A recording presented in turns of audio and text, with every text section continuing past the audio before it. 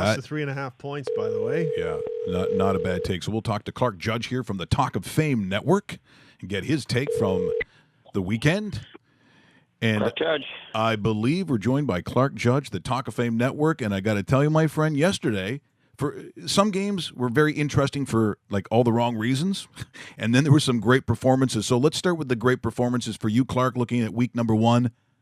Who or what was it? Well, you've got to start with Aaron Rodgers last night. That was remarkable. But we've seen it so many times from him that after a while you kind of aren't surprised by anything he does. I mean, I've seen him come back from injuries before. I've never seen him come back from one like that. When he was taken off on a cart, I thought, A, it's a serious injury. B, when guys are taken off on carts, often they're out for a considerable period of time and sometimes for the season. And I thought, oh my gosh, did I just see the Packers season go down the tubes? Oh. And I thought that game was over. I really thought, well, okay, I mean, Sean Kaiser, I don't think so. Then when he comes back in the second half, I wasn't sure what Green Bay was doing. You know, here quarterbacks are getting buried and they're bringing back Aaron Rodgers playing on one leg. What's this all about? And then what it was all about, it was about Aaron Rodgers' magic, and that's why he's such a terrific quarterback and held in such high esteem. But he wasn't the only one. Joe Flacco had a great day yesterday. He had a great preseason, but we got preseason. Who cares? It's Joe Flacco. He's just an ordinary Joe. Well, maybe not this year. I mean, the last time he had a gun put to his head was in 2012 when he said, I'm not going to take that contract extension you offered. I'm going to gamble and say that I can have a really, really good season and get a better deal at the end. And lo and behold, he takes the Ravens to the Super Bowl, becomes the Super Bowl MVP, and he gets a huge contract. In fact, at that time, it was the richest in the NFL. So those two guys, I mean, certainly Khalil Mack, his first game with the Bears. I like the way he started, but I certainly love the way Aaron Rodgers finished. Is he related to Clint Eastwood, Aaron Rodgers? Because he kind of has that get off my lawn kind of feel to when he was unfazed. I've never seen a cooler, more collected guy filled full of poise and confidence. It just looked like he was out literally just mowing his lawn. This guy is unreal. Yeah, he is. But that's who he is. That's who he's always been. I mean, I covered him in the draft. And I remember being at Radio City Music Hall and him promising to make those teams that passed on him, most especially San Francisco at number 1. He's going to make them pay. And I think he has. But that, to me, comes with that position. I mean, he's not alone there. You talk to Tom Brady, same way, a little more emotional.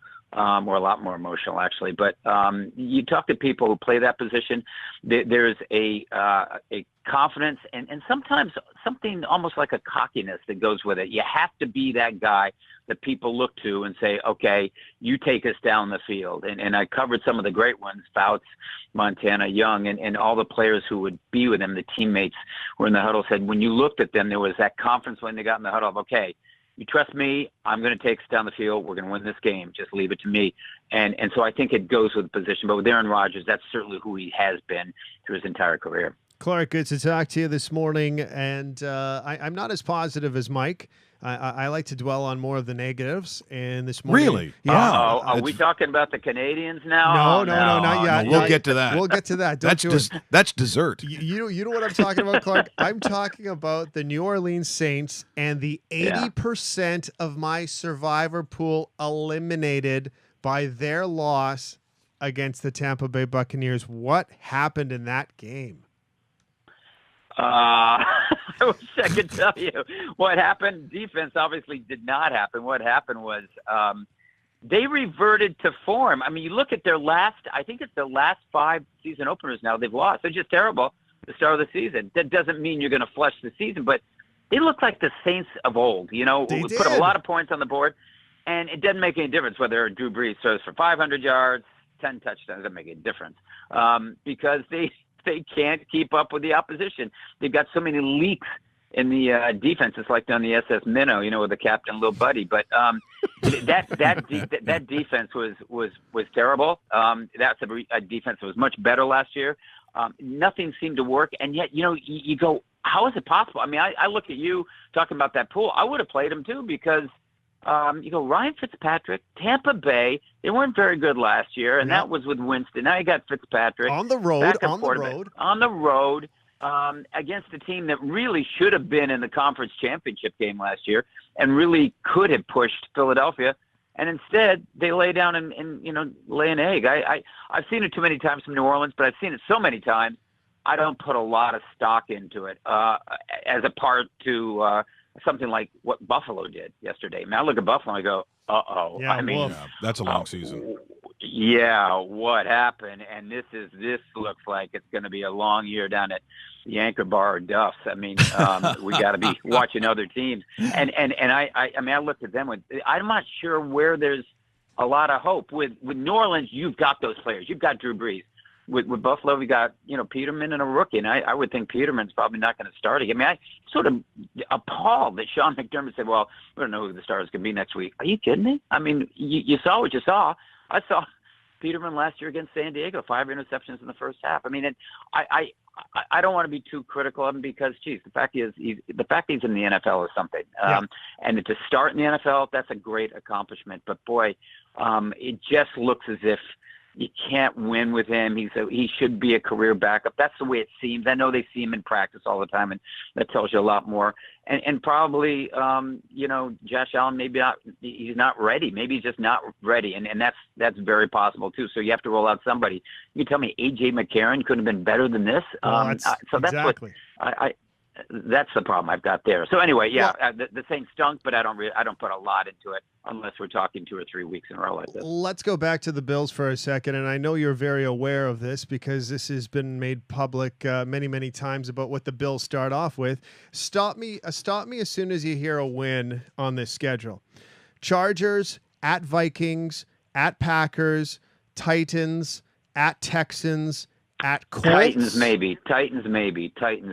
Really? Yeah, Titans maybe. I mean, look at Mariota's hurt. I don't know what his situation is. Walker may be out for the season. I thought they looked terrible yesterday. And that's a team that should be better than that, but that's always the case.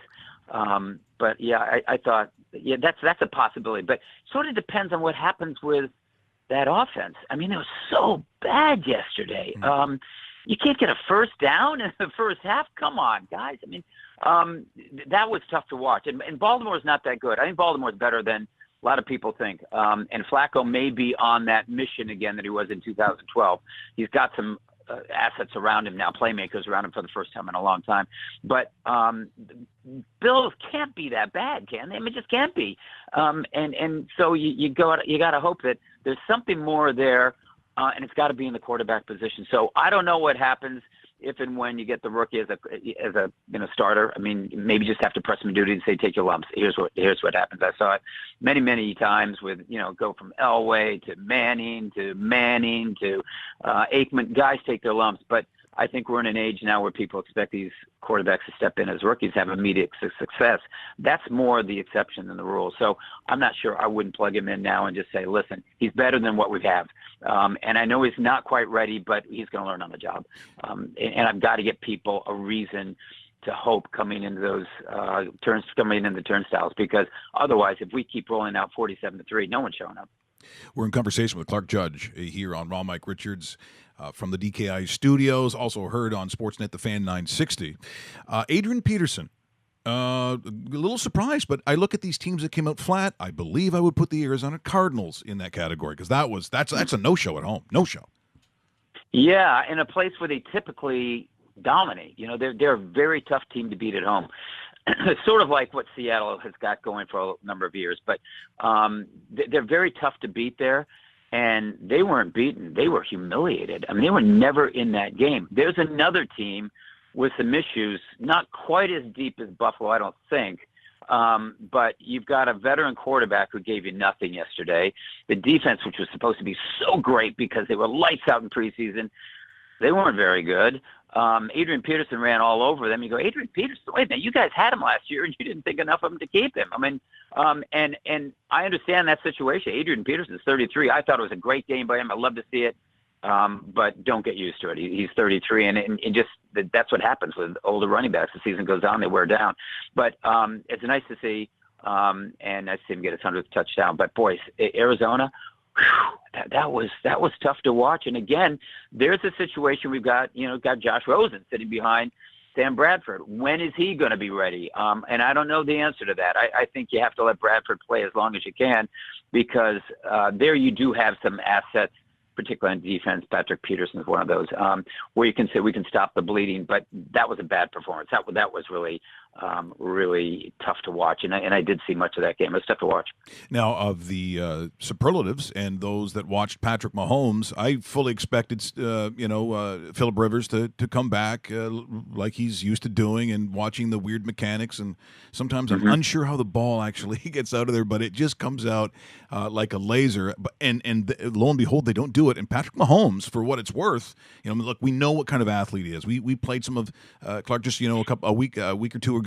His high school footage. I mean, this is a kid. His dad. Obviously a professional baseball pitcher. He's got all the lineage that goes into it. But he also seems to have the right attitude. What I saw from him yesterday, as much as I thought it would be good, I didn't think it would be that good. No, nor did I. But of course, Tyreek Hill on the outside. You might want to get an Olympic sprint champion to cover him. I mean, nobody could cover him. And I don't know why anyone punts to him or kicks to him. I have no idea why anyone would do it. I just kick it out of bounds, because that's what's going to happen. He gets some acceleration going. You can't catch him. And he just took over in that game. But you're right, Mahomes was terrific. I did not expect that. It's Kansas City, defending champion. And there's a reason. And one of the reasons that the Chargers are going to have trouble winning that division, even though I think they're the most talented team, is they can't beat Kansas City. That's a 9th straight loss. They can't beat them for whatever reason. And yet you're talking about Rivers. Rivers, I thought, was remarkable. He threw 2, maybe 3 passes that should have been touchdowns. They dropped them. I mean, there were drops galore in that game. Mike Williams had one. Benjamin had a couple. I felt for him, because I covered Phillip. I know him well, and there's a guy you talk about, cool, calm, and collected guy. There's a guy who's so good at what he does and doesn't get a lot of attention because that team doesn't go very far. If you got to know him, if you got some exposure, if they went deep in the playoffs, you'd realize what a remarkable guy this guy is, on and off the field. But it just felt like the same old Chargers. Special teams stink. For as long as I can remember, their special teams have stunk. Whether it's missed field goals, drop punts, returns that other teams have, their special teams are off. For whatever reason, I can't get it straight. And the drops are an issue. I saw some of it last year, but boy, yesterday was ridiculous. That was a team they could have beaten. But keep in mind, Bosa wasn't playing, Corey Liuget wasn't playing, so you have 2 of your starting 4 pass rushers or defensive linemen who are out, and 2 terrific players. That's going to have an impact. I want to see what happens next time they play. As I said, Kansas City's a hurdle they've got to overcome. They know that. They're a better team than that. But you're right about Mahomes. He looked extraordinary. It's one game, but he looked extraordinary. And based on that, you can say, yeah, I can understand why Kansas City got rid of Alex Smith and let this guy play, because he's ready. Bingo. You brought up the phrase missed field goals. And on that phrase, I'll ask you this. Who's more disappointed about the tie? The Steelers or the Browns? That'd be the Browns. I mean, it's got to be the Browns.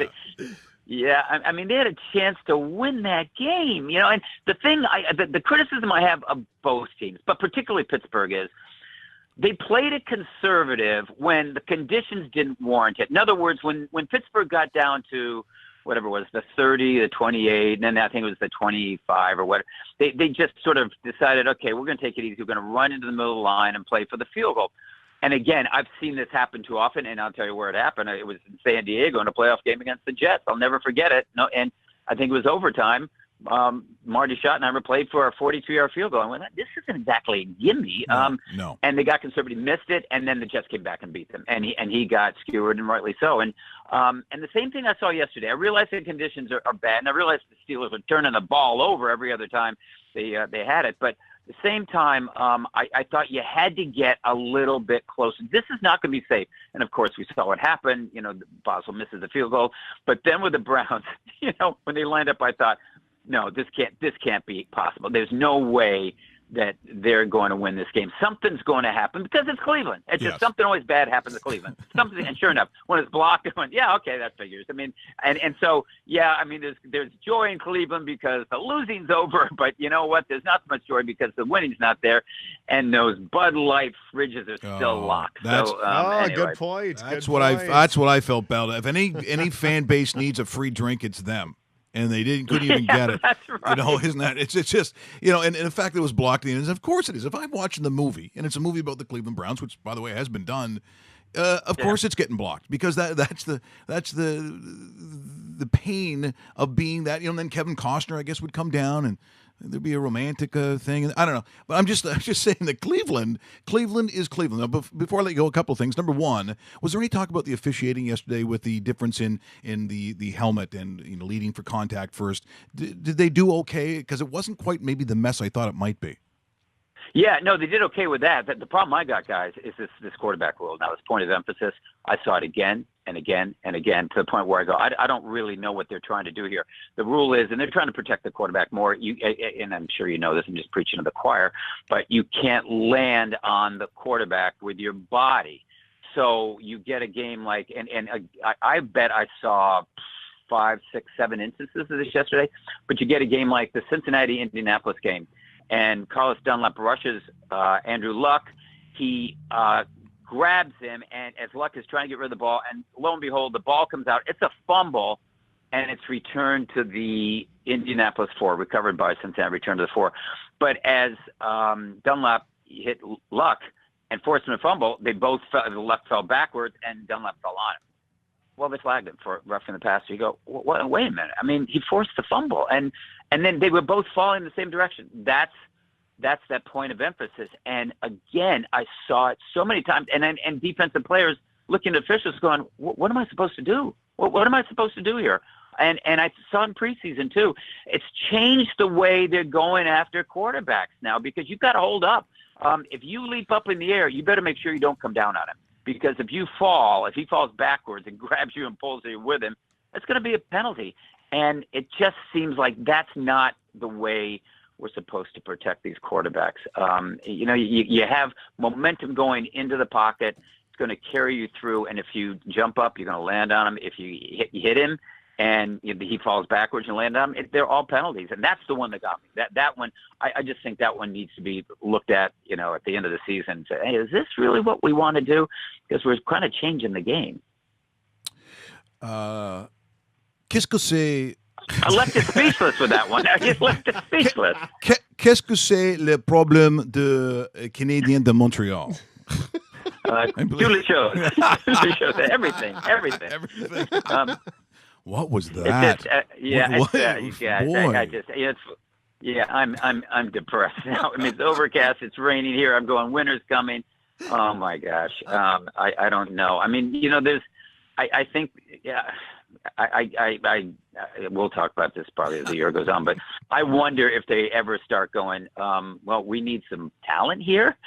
Do we trade the goaltender? Do we trade him? Yes. And try to get something there? But the problem is, I don't think the front office knows what it's doing. So, you're going to pull another Patrick Waugh here and get nothing for a good goaltender, a great goaltender.